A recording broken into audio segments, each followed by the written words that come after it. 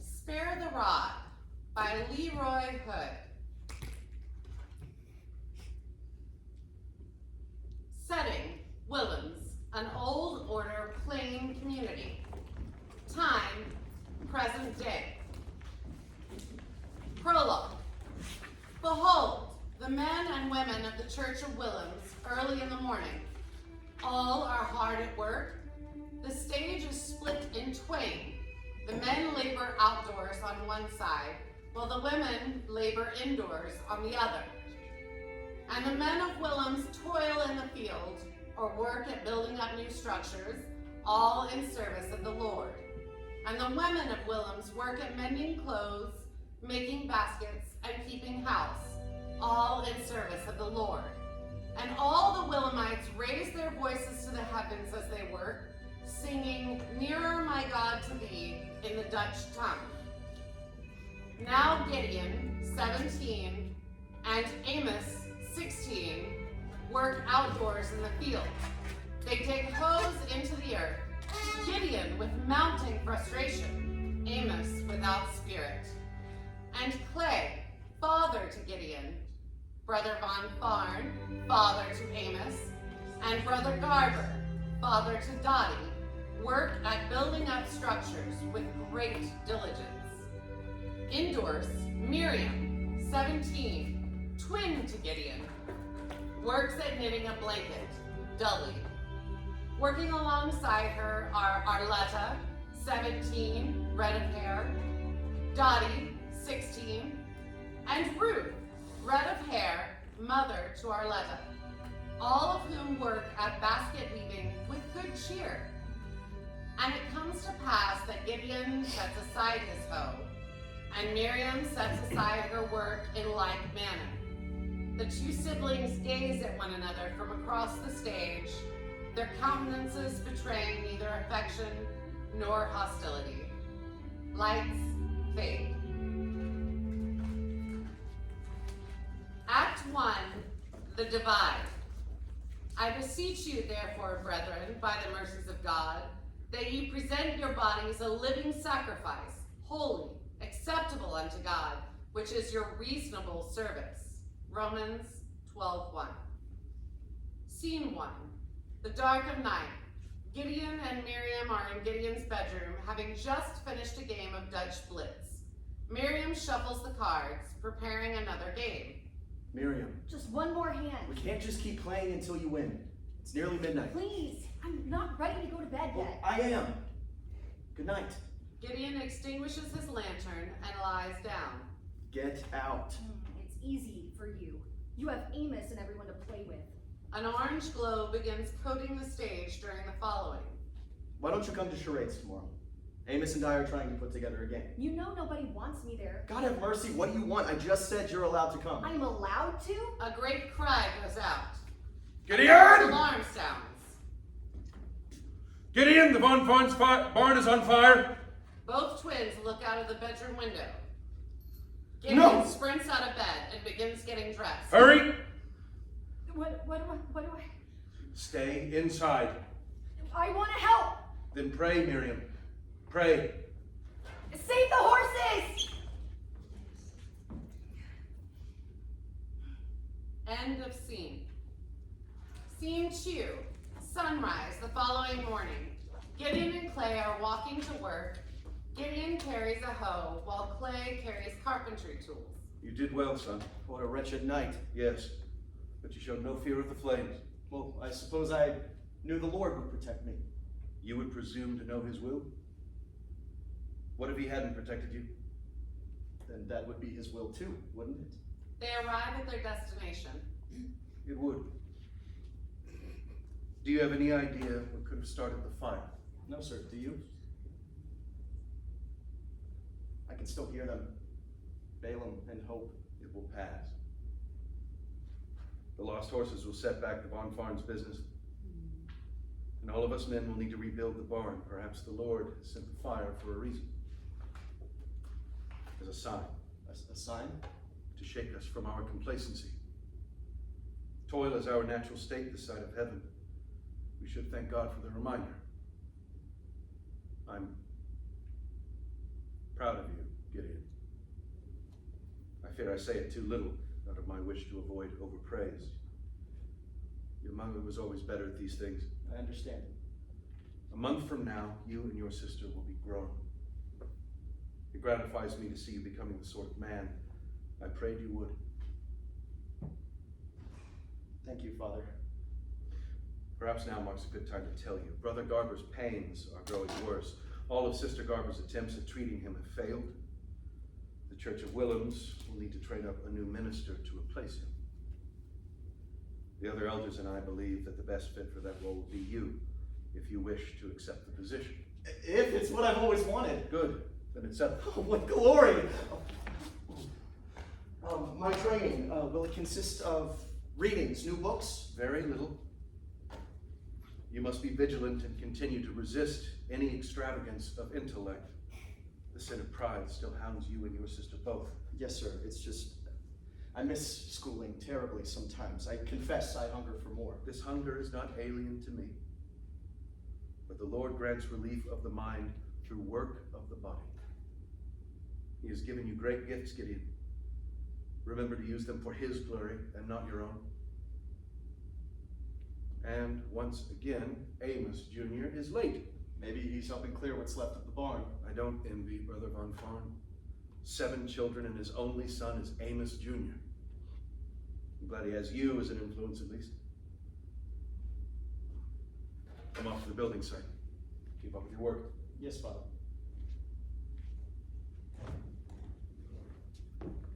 Is he gone? You're late again, Amos. It's not my fault. Your dad's terrifying. I only got like 2 hours of sleep last night anyway. I don't think I'd survive a lecture from him today. Well, maybe you need one. I probably need like 5 for it to do any good. What do you mean? How do you think your barn caught fire? I don't know. It is the dry season. Did you smoke back there yesterday? What? Did you? Come on, it wouldn't be that. I'm careful. I told you to quit. I'm trying. I really am trying, man. It ain't easy to be bullshitting. Please do not do the voice today, okay? You need to try harder. Your smoking shows a heart that's out of step with its creator. And you make me complicit when I cover for you. I said I'm working on it, okay? Not everyone's like you. Oh, what does that mean? You know. You're an idiot. Exactly. You don't really think that's what started the fire, do you? I don't know, but I hope not, because if it was and anyone finds out, they might shun you. Over that? It was an accident, even if it happened. Balaam and Hope died, Amos. Don't, please. And it's not like this is your first incident, okay? If they decided to shun you, I'd have to do it too. You know that, right? You wouldn't talk to me? I couldn't. Not then. I'd have to uphold the ordinum. Hey, Dottie. Hello, Brother Amos. Brother Gideon. How's the tooth?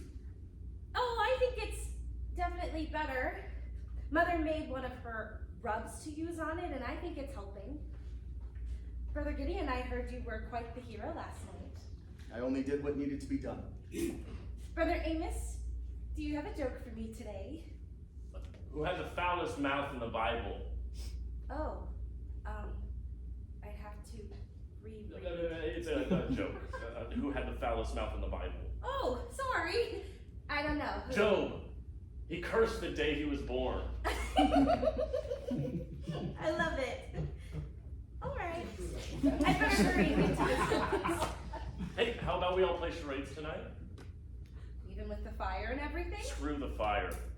Wow. Okay. Yes, I can be there. Great. And I told my parents that Sister Stalter would chaperone. Got it? Oh, this part always makes me feel so bad. And Dottie, be sure to invite Arletta too. Of course. Hopefully we'll see you two tonight.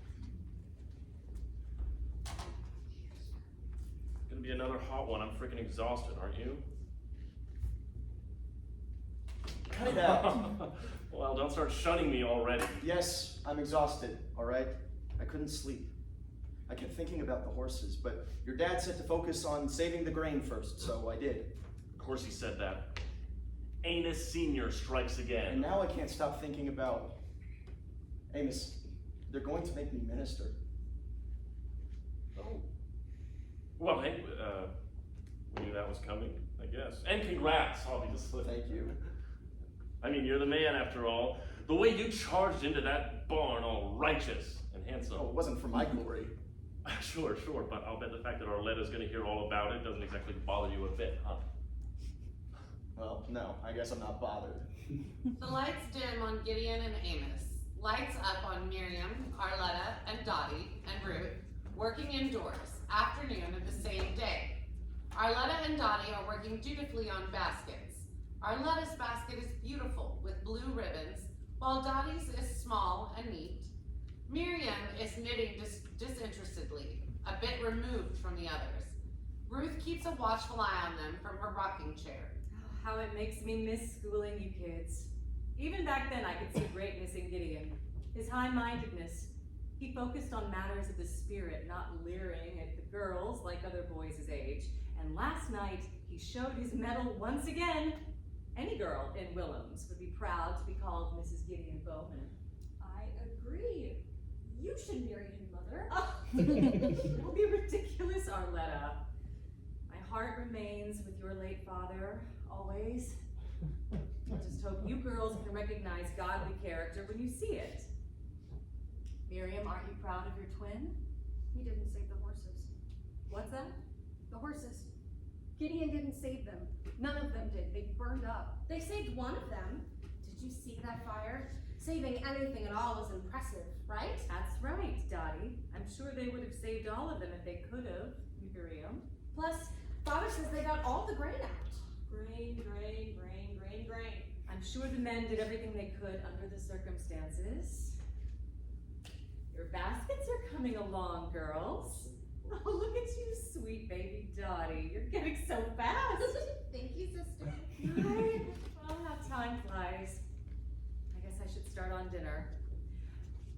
So, you two insist on playing charades tonight. Is that it? If that's all right. Sister Von Farn agreed to chaperone. Fine. Please be sure to wear your bonnets. We don't want to tempt our brothers to stumble. And I'll expect a full report when you get back. And Miriam, focus on your work. You've hardly made any progress at all.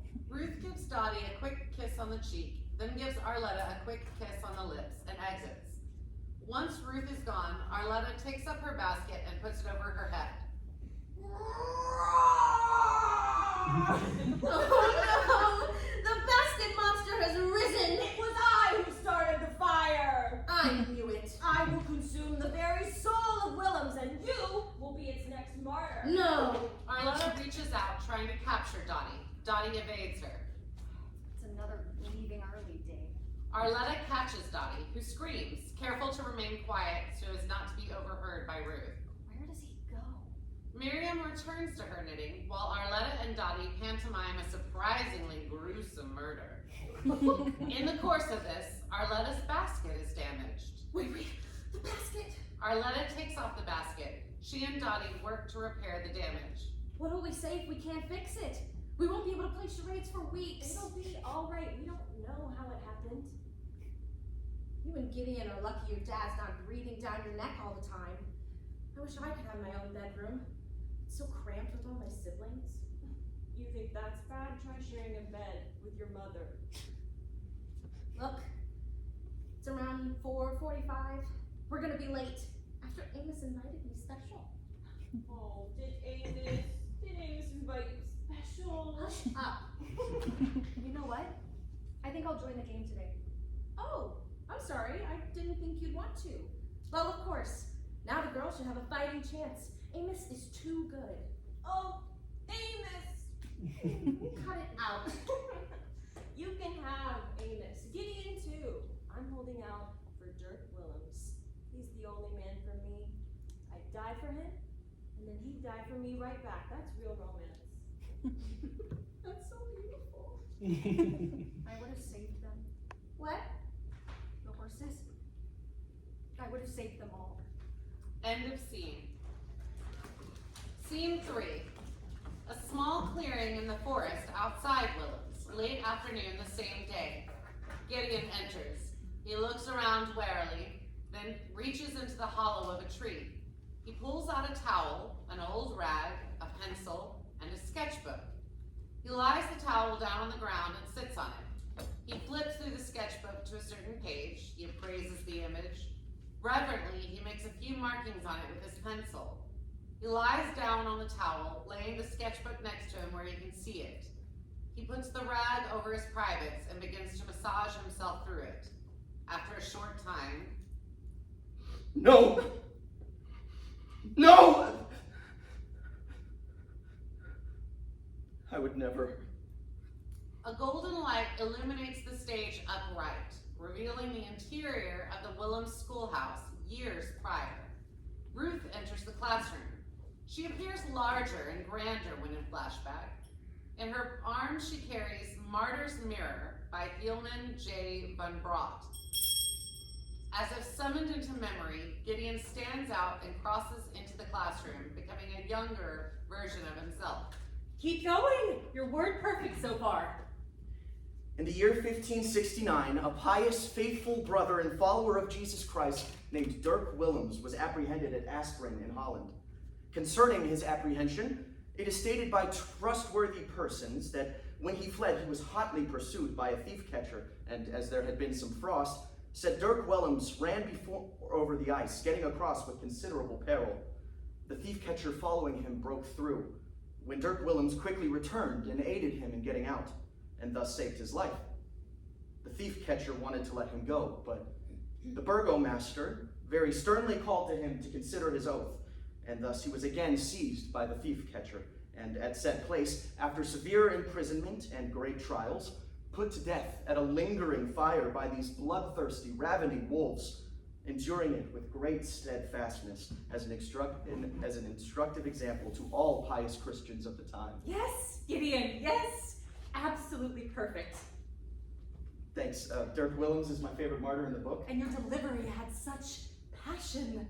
Oh, the Lord has given you a gift for oratory. Truly, he's gifted you in many ways. I hope so, He sister. must have great plans for you. I hope so, Sister Stalter. There's so much I want to do. But remember, it is Christ living through you who should receive the glory, not you yourself. We are taught to die to ourselves so we can live for him. Yes, ma'am, I know. I know you do, but I want to feel like I taught you something. Stay in his light, Gideon, and I know that he will lead you to greatness everlasting. The golden light fades as Ruth exits. Gideon returns to the towel on the ground. I would never. Sorry. So sorry. End of scene. Scene 4, sunset that same day. Amos is standing outside near the school building. He's smoking a cigarette and drinking from a flask, downcast. My lord? Were you smoking again? No. Only because I'm all out. You know I can smell it, right? Then why do you ask? Genius. What? I am celebrating you becoming minister. Put it away before the girls come. Obviously. Do we know for sure they're coming? They should already be here. Knitting must have been extra hard today. Arletta too? What even knows of her? They turn around, it's like you got crap all over you again, leaves and stuff. Am I clean? Oh yeah, you're all set. So I thought you'd look happier. Now that you're the big minister, man. I only hope I'm up to the task. Oh come on, if you're not, who is? Can I ask you something? Duh. Can I ask, how would you describe me? Like how do you mean? Everyone seems to have this idea of me that I'm not sure is, so I'm asking if someone had never met me and you were going to describe me to them, would it be like what you did earlier, all grand and... No, that was just joking around. I'd probably say that was my best friend. But if they wanted to know what I'm like, my personality. I don't know why. No reason, never mind. Wait, I've got it. I'd say he's. Great, thanks. Sorry, I will be serious. Now, what I'd really say is he's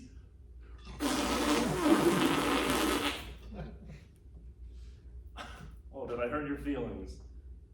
Did I hurt your feelings? Hey, I'm sorry, what do you want to hear? Nothing, Amos, never mind. Look, I am sorry, really. Tell me what to say, I'll say whatever you want. It was a selfish question anyway. Ungodly. Well, now I really want to try. I'd say he's smart, first of all. I'd say he's put together all his limbs and everything. They're right where you'd want him to be. I'm not good at describing things. I'd say he's a big old guy. Fat. Oh, no. No, built like a hoss. Say he's handsome, strong, too. Beats me up all the time. I've never beaten you up. I know, I'm making you look good. I say he's my friend, and he's a good friend. He helps me, even when I probably don't deserve it. I'd say he really wants to do right, and he does almost all the time. And he is right, too, most of the time. If you disagree with him about something, you're probably wrong, and he's probably right. I guess I'd say something like that. Thank you, Amos. That means a lot. But above all, I'd say the number one thing about Gideon Bowman is he is very... Gideon grabs for Amos, but Amos evades. They laugh and circle each other. Now I really am gonna beat you up. No! Now let me, or you're a liar. Who are you gonna believe, me or your lying eyes? Miriam enters. Amos runs and hides behind her. Miriam, save me! I think he's demon-possessed! Miriam puts Amos in a headlock. Oh, what the hell? Miriam pulls Amos in a circle while Gideon laughs. Wait, stop, my neck! Miriam releases Amos, who sinks to his knees, holding his neck. Did I hurt you? Suddenly, Amos tweaks Miriam's nose and squeezes away. Oh, you're the most dishonorable person I've ever met. You heard him. I'm number one. Next time I'll take your one head off. Man's bullshit. I can't beat anybody. Why are you here? Is everything all right? I thought I'd join for charades after all. If you'll allow it. Sure. Where are Dottie and Arletta? They're trying to fix a basket, then they'll be here. Uh-oh, basket duty? Hope they save their energy. What did the three of you talk about today? You're wondering if we talked about you. Yes, brother, everyone's absolutely thrilled about how you killed the horses. What? I tried to save them. That's not fair. You should have seen him run in there. Well, I didn't because I had to stay inside and pray. Don't say that I killed them, Miriam. I was kidding. Get over yourself. Get over myself. Hey, nobody killed the horses, okay? Jesus. But what did Dottie think about it? Huh? And Arletta? We didn't really discuss it. And did Arletta say anything about Dirk Willems today? Dirk Willems? You mean the martyr? Why? Can you seriously not answer a single question? I don't think she did, no. Now tell me why. It's personal. Okay. You tell me. It's just his Arletta thing. Amos! What Arletta thing? Well, I guess you'll find out soon anyway with courtship starting, but Miriam, you have to swear not to tell anyone. Tell anyone what? That you like Arletta? So what? All the boys do. Not me. I probably like Dottie. It's not that I like her, it goes deeper than that. But what does that have to do with Dirk Willems? Do you swear? Yes, fine, I swear. Alright, sometimes I think Arletta says things that have double meanings to communicate with me. And Dottie helps her. It's a kind of game they play. Communicate what? Well, Arletta almost never talks to me directly, but she'll say things in my earshot about Dirk Willems when she's really talking about me. She does it in other ways too, with biblical characters, things like that, and she's been doing it more and more lately. Did she tell you that's what she's doing? No, never. Because it sounds insane. It's not insane. She knows how much attention I pay and how observant I am, so she gives me signs. Why would she? Signs of what? Signs that she chose me. Signs that she loves me. What do you think about all this? Come on, don't ask me. Do you think she's communicating with him like that? Yes or no? Sure, probably. I don't know. She definitely says weird things sometimes. Dragging me into this shit. Amos, I said not in front of the girls. It's not the girls, it is Miriam. It doesn't bother me, but you really should put it away. You got this Arletta thing wrong, brother. I honestly, and this might sound like I'm being mean, but I'm not. I honestly don't think she thinks about you that much. Shut up, Miriam. You really can't imagine it? If someone in Willems isn't constantly talking about you, they must be secretly thinking about you. Are you really that... Arletta and Dottie enter, their hair covered by bonnets. Why are we shushing? Good evening, Dottie. Arletta. What's the big secret? Nothing. Just discussing charades. And Dirk Willems. Oh, that's the man I love. Hey, check out this action. He does a cartwheel and a back handspring. That's so amazing. It's better every time. I wish I could do stuff like that. It's not that hard, I could teach you. Really? I'd probably just embarrass myself. Think you can teach me? Sure. No, well, maybe. I'd have to see. But, Dottie, do you think I could beat you up if I tried my best? What? Shall we begin the game? We've been waiting. Sir, yes, sir.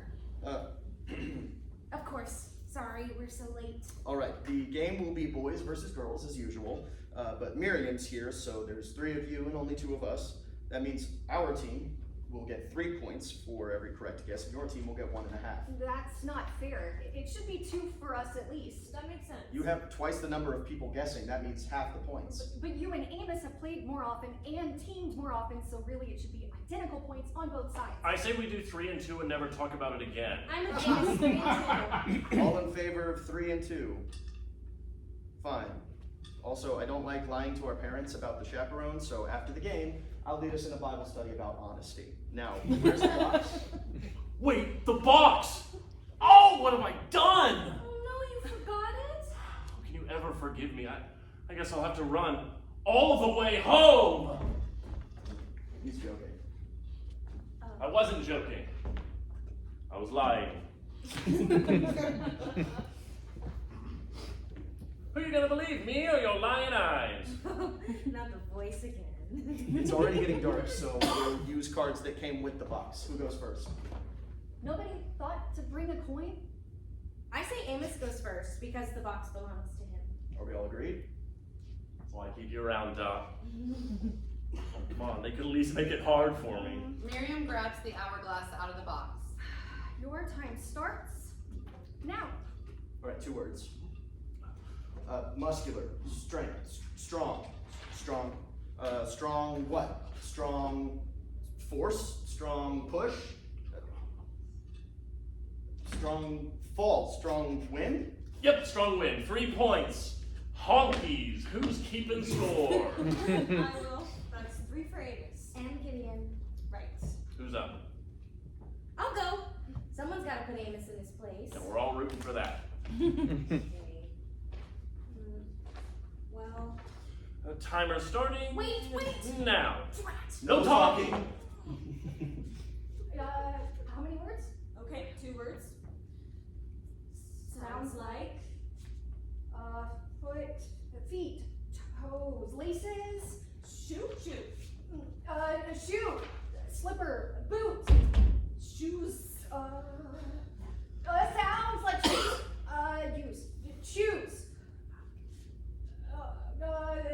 views, news, Okay, news what?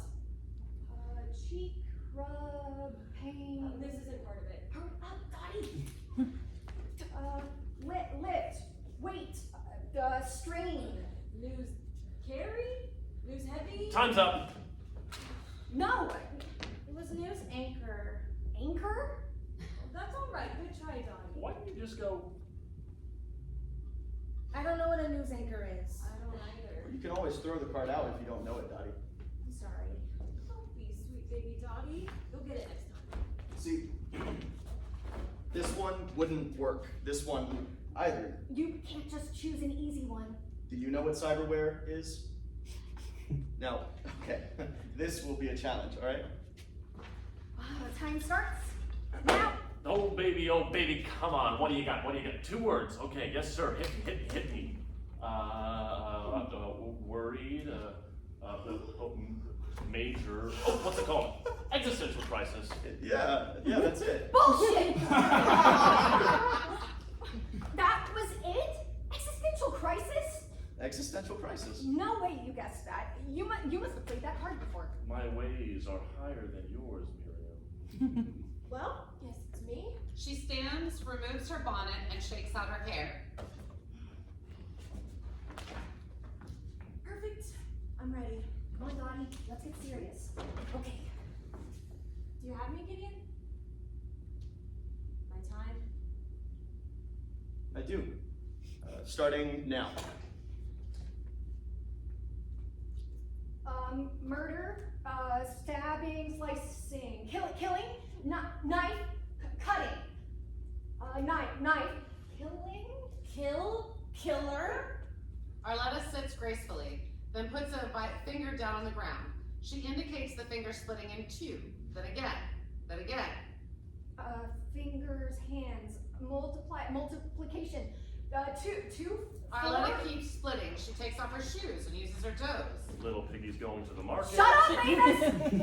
Digits, appendages, some kind of number. Is it killer virus? Killer virus! Excellent job, Arletta. Thanks. I'm destined for greatness. Enough. I'm about to change your lives.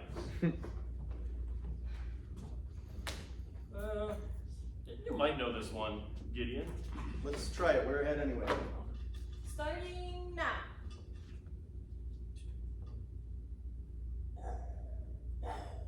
Breath.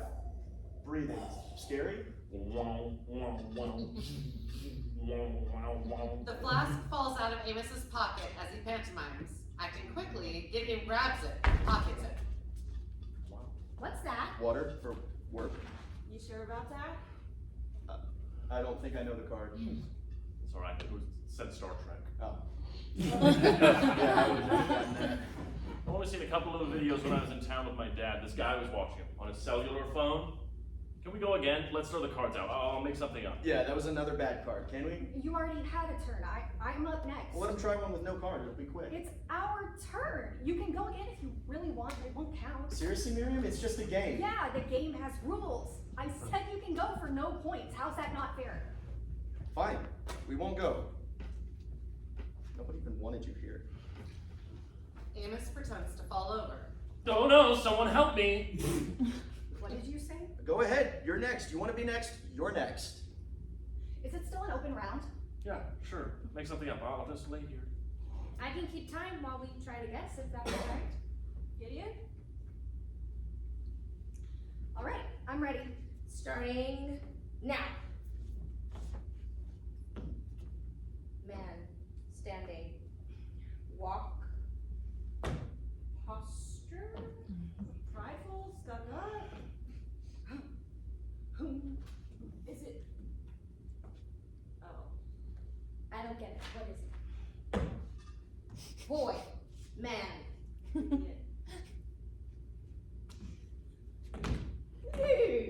Oh God, come on, don't. Stop it. Miriam. Stop it, Miriam. Damn you! Near tears, Gideon jumps and shoves Miriam. She shoves him back, and then they fall to the ground, scuffling. Dottie screams. Amos and Arletta try to pull the twins apart. End of scene. Scene 5.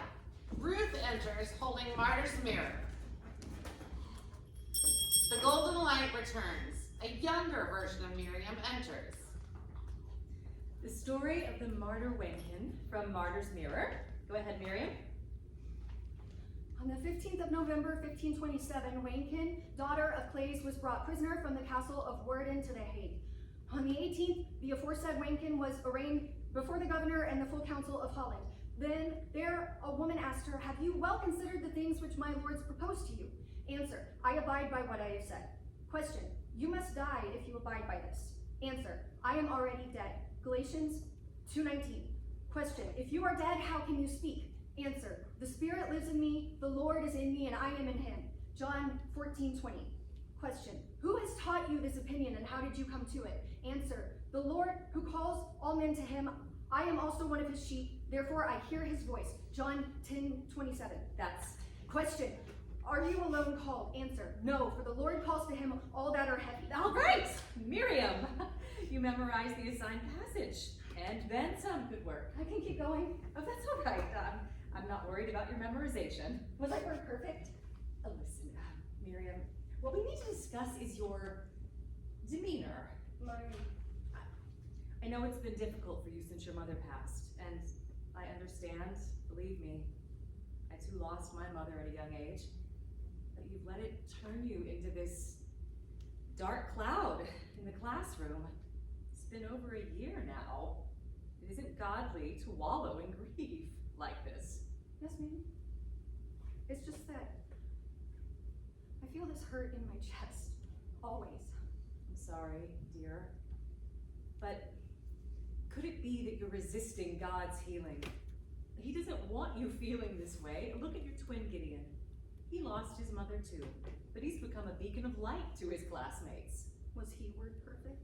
Miriam, Did you tell him good work? Gideon's school performance is not the point. I work just as hard as he does. And that's good.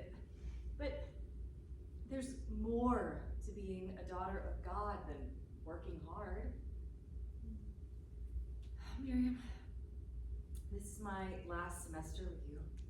You'll start on a path toward becoming a young woman now. I've suggested to the elders that the young girls of Willems pair up. Each of you will have an accountability sister going forward. Fine. Who's going to be my partner? I will, actually. You? Why? That's just how it went when we were pairing everyone up. No one else wanted to be my partner. It's not that.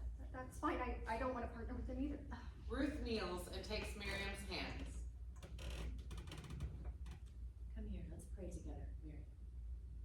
She pulls an unwilling Miriam to the floor and prays. Merciful Savior, in your perfect wisdom, you've given this young woman great challenges to overcome. Help Miriam to blossom into the grace and joy which we know is your calling for her. And help me to guide her, giving her the accountability she needs. We know it is within your power to bring her near to you, to take all of her anger and transform it into the light of your love. The golden light fades away as Ruth exits. Miriam, now in present day, crosses to a table and sits. Gideon sits across from her. Help me to understand. The two of you fought like small children, and you did it in front of your peers. I had hoped the Bowman family would be an exemplar in Williams of humility, of grace. You two should be helping each other, not competing. For my part, I'm sorry. Miriam, you have anything to say for yourself? Oh, thank God your mother isn't here to see this. Sit back down! You will not move until you've told me why. Both of you! She said I killed the horses, then she made fun of them dying in front of Dottie and Arletta. Does that justify violence? No. Against the fairest sex, no less. No, of course not. And Miriam, is Gideon's account true? I wasn't making fun of it. Why would you do it at all? I don't know. I don't always know why I do things. We all did our best in that fire. Your brother as much as anyone. You think you would have done better? Does your pride blind you so? I would have wanted to try, but I had to stay inside like always and pray. And now all anyone wants to talk about is Gideon and his stupid fire. It's just like back in school. He was the top of the class. But so what? The girls were judged separate. He was apologetics champion. I wasn't even allowed to compete. And now everybody knows Gideon's going to be the next minister. What am I going to be? What am I going to Be be? still. All of us make sacrifices, Miriam. All of us. What sacrifices Gideon ever made? What are you talking about? You have no idea. You have it easy. I have to work outside every day, and I can only work with my body. I can't read or learn. You know why that is. No, I know why we do it, Father, but I've heard of other settlements that do more than 8 grades of school. I crave that, and sometimes I find myself seeking relief in ways that aren't... The Lord does not call us into ease and comfort, does he? No, but can knowledge really be ungodly? All knowledge belongs to God, and it is his to grant as he sees fit. But in our fallen state, we are prone to worship our knowledge and call ourselves creator. The two of you are nearly grown. You should know that when I ask you to deny yourselves, I do not do so lightly. I myself have struggled with hunger for knowledge, for status. You have it. You're the most respected man in Willems. The other elders don't even sneeze without you say so. If that is true, it is not because I've sought it, nor was it from qualities that came naturally to me. But you make it all look so easy. I told you how I've not always lived in Willems. You know, you grew up Amish and then became a Willemite when you were older. That's right. When I was young, I too was dissatisfied with my life. And unlike Willems, my community still practiced rumspringa. So when the opportunity arose, I left. Come here. No, not right away. You mean you lived among the outsiders? For over 7 years.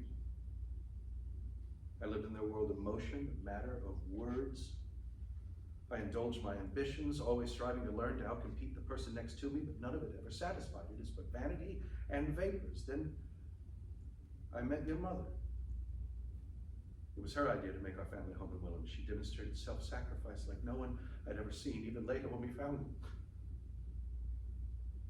Lump in her chest, she submitted to the Lord's will, seeking nothing for herself outside of Sister Garber's ministrations. I can only pray I'd have the same courage in her place that I preambulate. Ever since your mother joined our Savior in the hereafter, the Lord has continuously reminded me that it is through labor His servants are soothed, not status, not chasing after our precious selves. His grinding stone will sharpen even our follies to His purpose. My mission is to keep you too from making my same mistakes. You must try and learn the selflessness your mother modeled so elegantly. I will try, Father, but the path is so difficult. Yes, it is. And the Lord never promised us equal burdens. Miriam, your brother has apologized for his actions, will you? Stubborn girl. You must know that if there was an instigator here, it was you. Is your heart so hardened? I'm sorry. I don't know what it is in me. Take each other's hands. The twins hold hands, shamefaced. Clay puts his hands on either side of theirs. Let us pray then as one. End of scene. Scene 6. The dark of night. Miriam is asleep in bed, tossing and turning, having a dreadful nightmare. Please. No! No! She sits upright, awaking. Dear Lord, please. Cleanse me of this. Whatever it is. Anything I do, anything. I surrender all. Don't cast me out into the dark. Don't cast me. A knock at the door. Miriam hides under the covers. Miriam? Are you awake? Go to bed. I thought I heard you shout. Go to bed, Gideon. You're still crying? No. Gideon sits next to the bed. I meant it, you know. I am sorry. Me too.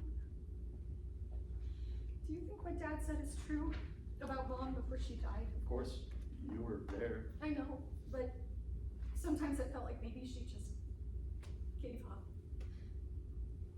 Do you ever get scared at night? Scared? What of? Sometimes I get scared about what's gonna happen to me. Nothing's going to happen. Well, I mean, when I die. Oh, well, you'll go to heaven. I can't feel God's love. I pray for it. I pray and I pray and I pray. Dad always says my prayers are powerful, but I feel nothing. Ever. I think maybe there's something wrong with me. Every day I have this ache in my chest. It never stops. And it makes me hateful. I know it does. If I was really saved, wouldn't God let me feel Him? I'm afraid I'm going to hell, Gideon. You know what I'm talking about, don't you? I know there's things in me, too. Things I can't understand. Elements of myself that don't line up with who I am or who I want to be that I wish I could just cut off or find some way to get away from. And you're afraid too. Not in the way you're saying. No. I'm sorry, I'm still learning, but I feel God's love every day. I feel it with absolute certainty. I'm so sorry you don't, sister. But I'm glad to know you feel this way. I thought maybe you thought what? I thought you didn't know. No what? I can see God's light in people, you know? From Dad, he has a sharp, gray sort of light, like iron. Sister Stalter, hers is like a clear garden. Even from Amos, though his comes in fits and spurts. But with you, I can't see it. I don't know what it means. I guess I'm a little scared for you too. Miriam turns away from him and lies back down. But please, I'm not trying to.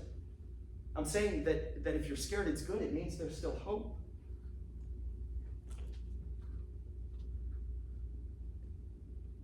I guess I'll leave you alone. I'm sorry if I... Good night, sister.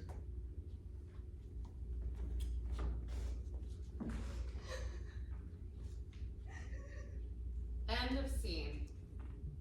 Scene 7. The break of dawn the next morning. Clay and Gideon are walking to work. Will she be all right? I suspect this illness of Miriam's comes from an excess of guilt. I'm skeptical that lying in bed will help her, but perhaps the Lord will use her guilt. They reach the work site and are surprised to find Amos already working. Good morning. What a blessed day the Lord has granted us. Amos Jr., I'm surprised to see you here early. Well, the Lord loves him a curveball. Yes. I'm off. I hope you work soon.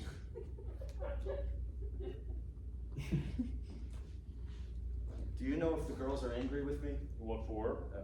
The fight? Oh, the fight. Oh, yeah. Who knows? Your flask fell out, Amos. It's just what I was afraid would... Hey, really not in the mood for being thou shouted this morning, okay? Sorry.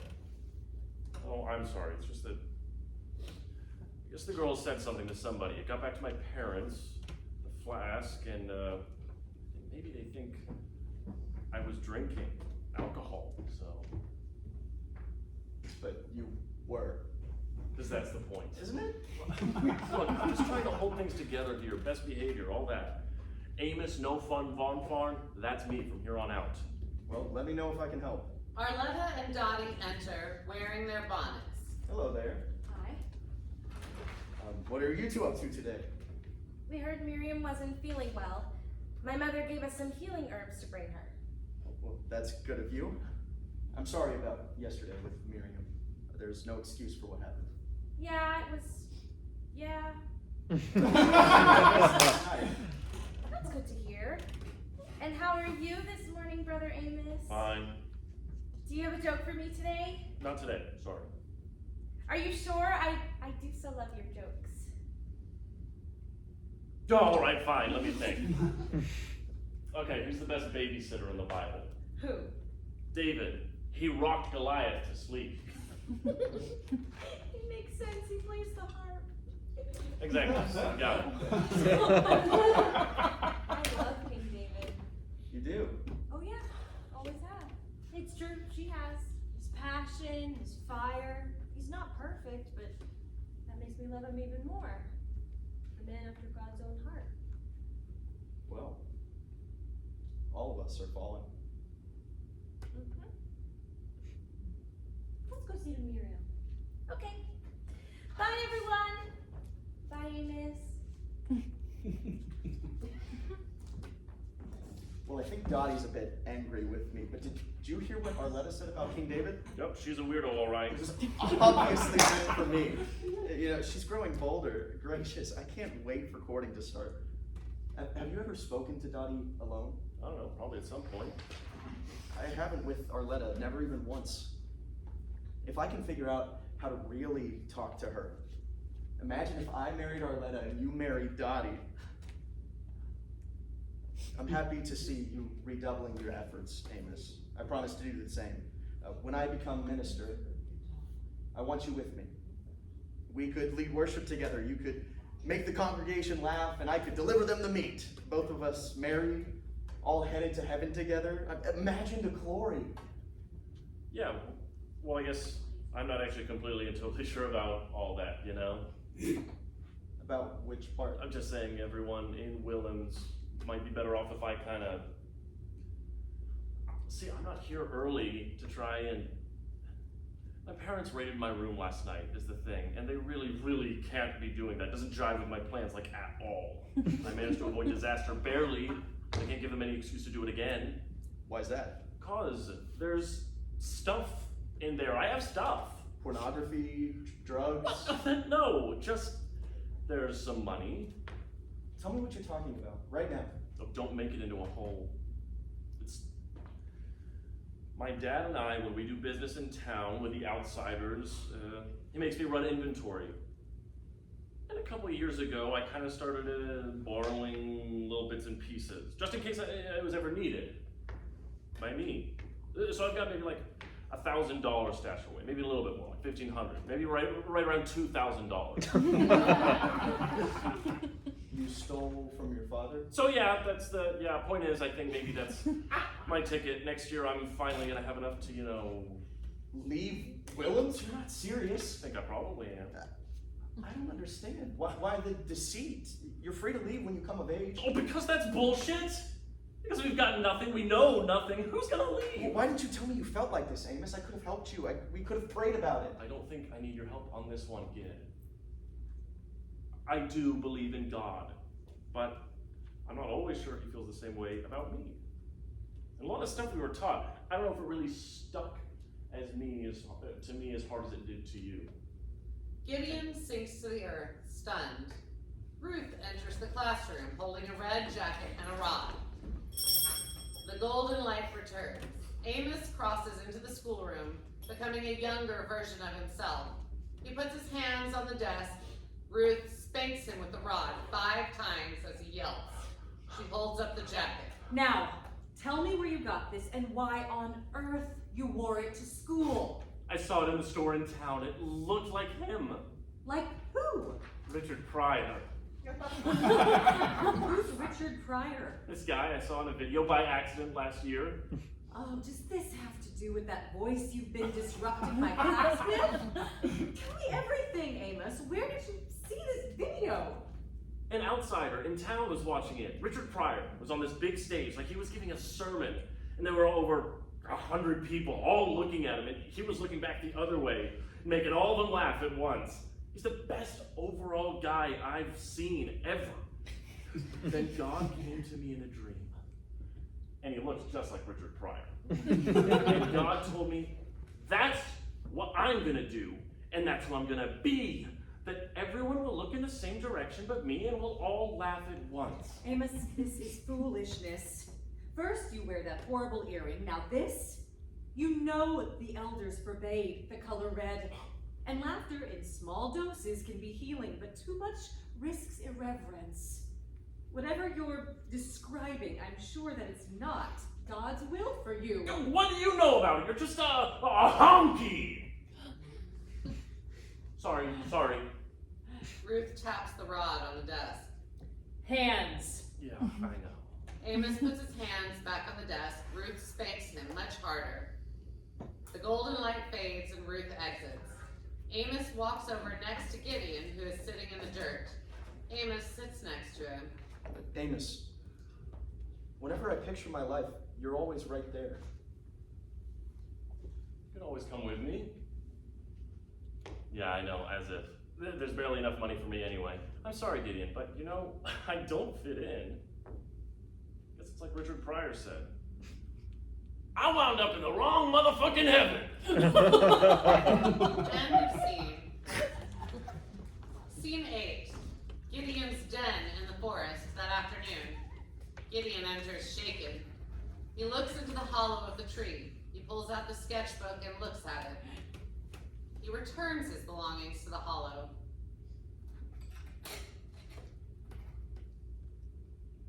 Please don't let this happen.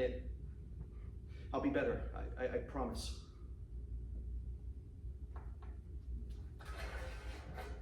After a moment, Miriam appears, sneaking out of a hiding spot. She goes to the hollow of the tree and pulls out Gideon's sketchbook.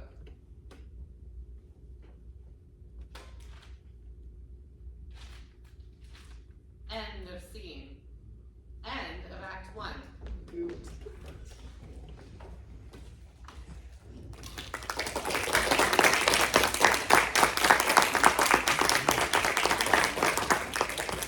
All right, guys, have a 10-minute intermission. Thank you all.